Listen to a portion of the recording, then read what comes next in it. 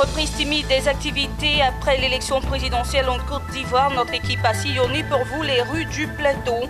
Et puis remise d'ambulances et de matériel médical à l'hôpital général de Blo-le-Quin par la présidente du conseil régional du Cavali, Anne-Désirée Ouloto. Et voilà pour les titres. Madame, monsieur, bienvenue.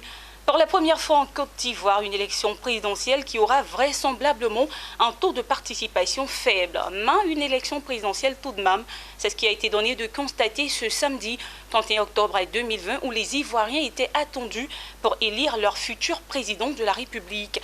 Retour sur l'ambiance dans les bureaux de vote à Ouangolo, Dougou, dans le nord de la Côte d'Ivoire et à San Pedro, au sud-ouest du pays. Le récit de Betty Kwaku.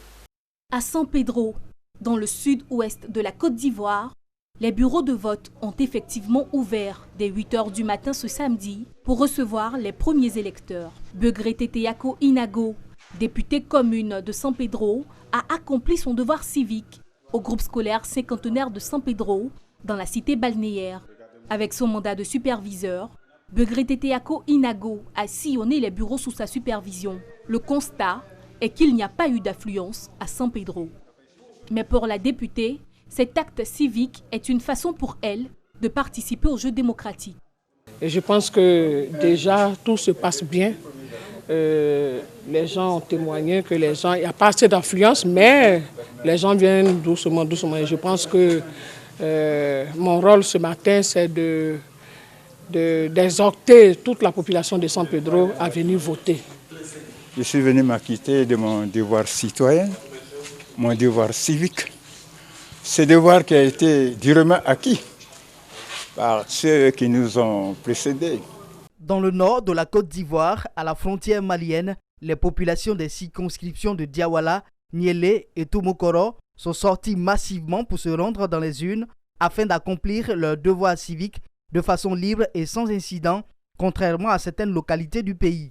Devant les bureaux de vote, l'on pouvait constater de longues files d'attente et c'est dans cette affluence que l'honorable Sanogo Mamadou, député de la circonscription Diawala, Niélé et Toumokoro, a accompli son devoir civique à l'EPP École 1 de Niélé avant de sillonner tous les centres de vote de sa commune. Je viens de faire la tournée, l'engouement était vraiment de taille, il y avait la mobilisation. Et jusque-là, si tu constates, jusque-là, il y a les derniers encore qui sont en train d'arriver. Vraiment, le bureau a été partout, je suis passé. Il n'y avait que de l'engouement. Le monde est sorti et tout se passe bien dans la paisibilité, il n'y a pas eu de problème. Voilà. La campagne en elle-même s'est bien déroulée et nous avions dans un esprit de paix ce matin entamé les votes. On a eu sincèrement assez d'influence. Dieu merci, contrairement à d'autres localités du pays, nous n'avons vraiment pas eu de soucis. Personne n'a empêché les citoyens de venir librement voter. Tout s'est vraiment très bien déroulé dans un esprit de démocratie. Pour rappel, 4 candidats étaient en lice. Les opposants Henri Konan Bédier et Afi Nguessan n'ont pas fait campagne, appelant plutôt à la désobéissance civile, même s'ils n'ont pas formellement retiré leur candidature. Le candidat sortant Alassane Ouattara, grand favori, a donc compétit avec le jeune challenger Kwadio Konan Bertin. Les résultats de la commission électorale indépendante, du reste très contestés, tombent au fil de l'eau. Les définitifs sont attendus dans les prochaines heures. Et après le scrutin présidentiel en Côte d'Ivoire, comment les populations ivoiriennes vivent-elles cette première semaine? Ce 2 novembre 2020, notre équipe s'est rendue dans les rues du plateau, le centre des affaires habituellement bondé de monde pour justement s'imprégner de la situation. Walter Kofi et Tima Traoré. Nous sommes le lundi 2 novembre à Abidjan Plateau, en plein cœur de la cité administrative. Ce lieu, habituellement bondé de monde, est quasiment vide aujourd'hui. Les ruelles ne sont pas les seules à être désertes. À l'intérieur des tours, les ascenseurs et les allées ne connaissent pas eux aussi leur trafic habituel. Les rues désertes nous rappellent le confinement entraîné par la Covid-19. Mais cette fois, la peur et la suspicion liées au week-end électoral en sont la raison. Je dirais que cela est dû à la situation du pays, compte tenu de la psychose des élections et puis bon, Il y a l'engouement aussi sur les réseaux sociaux. Les gens disent ci et là des propos qui sont un peu déformés. Donc ça fait que les gens préfèrent se terrer à la maison. Voilà, donc moi je pense que c'est la principale raison.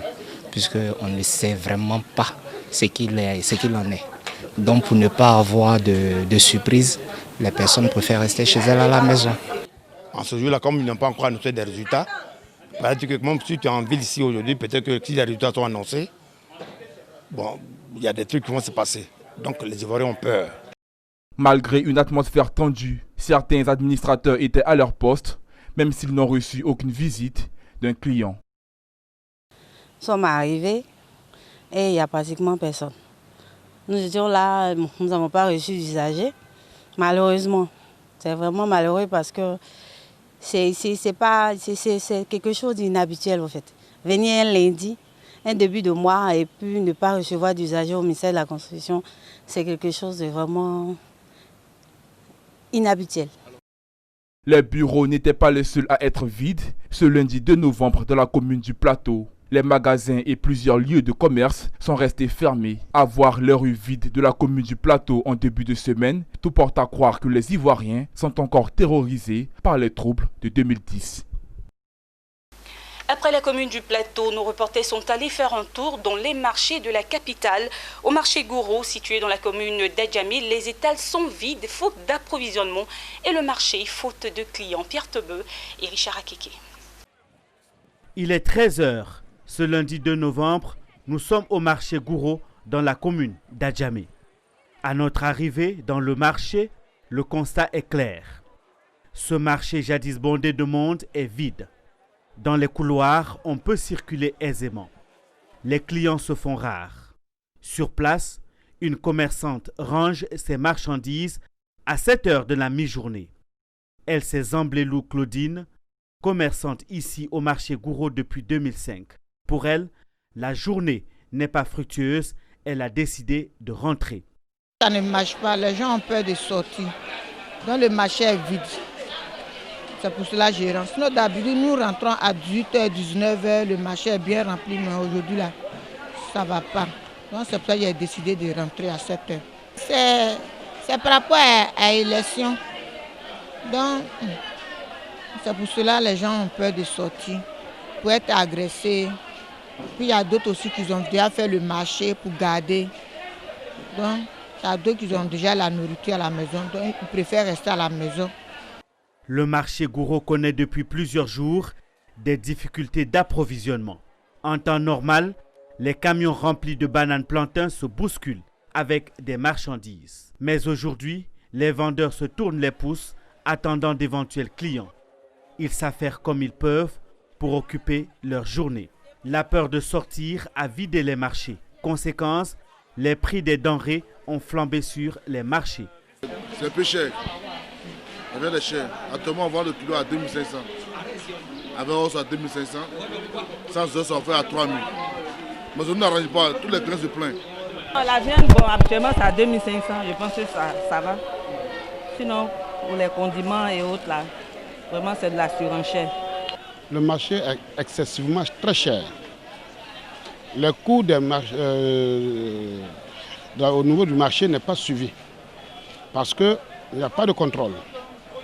Et il est très difficile aujourd'hui de s'en sortir avec une somme de 5 000, 10 000. C'est difficile même de faire du marché. Donc je souhaiterais vivement que les gens essayent de voir au niveau des commerçants qui envoient du vivrier, de pouvoir faire réduire totalement. Aujourd'hui, vous payez par exemple la tomate, ils vont vous dire 600 francs. Demain, quand vous venez, on dit c'est 700 francs. Les étals risquent de se vider davantage, faute d'approvisionnement si rien n'est fait. Il est bon de noter que cette situation est due à l'élection présidentielle en Côte d'Ivoire. Une élection qui s'est effectivement tenue le samedi 31 octobre dernier, malgré des violences dans certaines villes de l'intérieur du pays, d'où la pénurie en vivrier constatée dans les marchés de la capitale économique, Abidjan. Tout autre chose à présent, et c'est dans la boucle du cacao, précisément à Miyagi, où la société coopérative collective des producteurs de café cacao de Sofosi Louhuri a fait don de 4 millions de francs CFA aux femmes de la sous-préfecture de Guiri, c'est dans le département de Sassandra. Ce don de la société coopérative va permettre un meilleur rendement de la productivité des femmes ainsi que leur insertion. Adel Kwaou et Daniel Koudjo. Un financement qui vient à point nommé Zouri Zakaria, président du conseil d'administration de la société coopérative collective des producteurs de café cacao de Sofosi Louhuri, a octroyé aux membres de l'union des femmes de cette coopérative un chèque de 4 millions de francs CFA afin de les accompagner dans la réalisation de leurs projets. Les membres de cette union sont les femmes de producteurs de café cacao qui adhèrent à la coopérative. Il s'agit de booster leurs activités génératrices de revenus afin qu'elles soient un soutien pour leurs maris, surtout pendant les périodes de soudure et les activités annexes au cacao, aidant les familles à joindre les deux bouts. On est venu aujourd'hui faire le don de la nader, l'engrais, plus que 3 SG moto, taxi pour honorer les femmes. Aujourd'hui, on est venu, on a fait un don de 4 millions. Dans 100 foyers pour améliorer les conditions de vie pour que les femmes puissent être autonomes pour aider leurs maris. La société coopérative, avec conseil d'administration du collectif des producteurs de café cacao de Sofosi Louhuri, a été créée pour collecter et commercialiser le cacao de ses membres dans le but de mettre les parents producteurs de la localité à l'abri des acheteurs véreux qui ne respectent pas les prix fixés par l'autorité de régulation. Créée le 9 juillet 2009 à Sofosi Louhuri avec 321 membres, la société coopérative CPSL de Sassandra se veut soucieuse de l'amélioration des conditions de vie de ses membres. Pour preuve, la construction d'écoles dans ses différentes sections, la construction de 13 pompes hydrauliques et de 2 châteaux d'eau, le reprofilage des pistes villageoises avec la construction de 5 ponts. La société coopérative du collectif des producteurs de café cacao de Sofosi Louhuri est également engagée dans la durabilité du cacao. Des actions et une performance saluées par les autorités administratives et les responsables de l'agriculture ivoirienne. Ce qui lui vaut d'être la 3e coopérative nationale au JNCC de 2020. Toujours dans l'optique d'œuvrer pour le bien-être de ses membres, la société coopérative du collectif des producteurs de café cacao de Sofosi Louhuri projette la construction des pompes hydrauliques de Louhuri, Kété Kriaokro, Félix Kro, Dioula Bougou et Konaté, ainsi que la réhabilitation de la pompe hydraulique de Simon Cro. L'éducation n'est pas en reste. La société coopérative du collectif des producteurs de café cacao de Sofosi Louhuri a mené plusieurs actions dans le secteur de l'éducation. Cette coopérative nous a offert un bâtiment de 3 salles de classe, ainsi qu'une pompe pour les élèves et les enseignants. Aujourd'hui, ils sont 3e national du cacao. Nous tenons à leur dire encore merci parce que ça ne nous étonne pas ce rang qu'ils occupent. Cette école a été réalisée par la coopérative CPSL et je crois que c'est un don vraiment qui va à l'endroit de la population. Et ils ont bâti 3 classes avec un bureau, plus une lentrine et puis une fontaine. Je crois que c'est la bienvenue. Afin d'amener ces producteurs à une bonne gestion de leurs revenus, la société coopérative CPSL de Sassandra a sensibilisé et amené ceux-ci à faire des ouvertures de comptes bancaires. Au moins 30% de ces producteurs sont bancarisés. Allons à présent à Guiglo, dans l'ouest de la Côte d'Ivoire, pour parler développement. La présidente du conseil régional du Cavali a procédé récemment à la remise d'infrastructures et d'équipements pour améliorer les conditions de vie de la population. Anne-Désirée Ouloto a remis 4 ambulances et du matériel médical à l'hôpital général de Bloléquin, nous rapporte Théodore Kanga.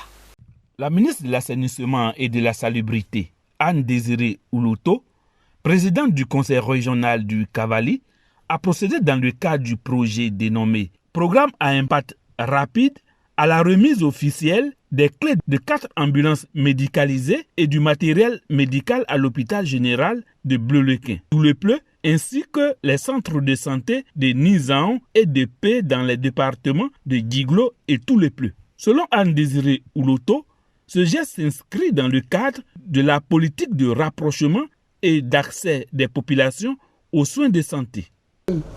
Le conseil régional du Cavali bénéficie donc d'un appui spécial du président de la République dans le cadre d'un programme qu'on appelle le programme à impact rapide. C'est un programme d'un montant de 1 milliard de francs CFA. Au nom des populations bénéficiaires, le représentant du maire de Bleulequin et le chef du village de Glopaoudi ont exprimé leur reconnaissance au gouvernement et au conseil régional du Cavali. Nous sommes reconnaissants pour cet acte et sachez que la population de Bleulequin saura retrouver la santé à M. le président de la République, son excellence Alassane Ouattara. Outre le volet santé, la compagnie de gendarmerie de Guiglo a reçu 4 véhicules pick-up tout-terrain pour les 4 brigades de la région. Objectif, la sécurisation des personnes et des biens. Et puis Emerging Africa Infrastructure Fund, en abrégé, EAIF, un fonds d'investissement géré par une des filiales du groupe sud-africain Investec pour le compte de clients institutionnels basés à Londres, a annoncé avoir contribué à hauteur de 8,3 milliards de francs CFA, soit 15 millions de dollars, au récent emprunt obligataire effectué par le port autonome de Dakar sur le marché des capitaux de l'UEMOA. Notons que c'est la deuxième participation en quelques semaines de l'EAIF sur une obligation émise sur le marché des capitaux de l'UEMOA par des entreprises locales. Et voilà, c'est la fin de ce journal préparé par l'ensemble de la rédaction. Merci de l'avoir suivi et puis prenez soin de vous. Au revoir.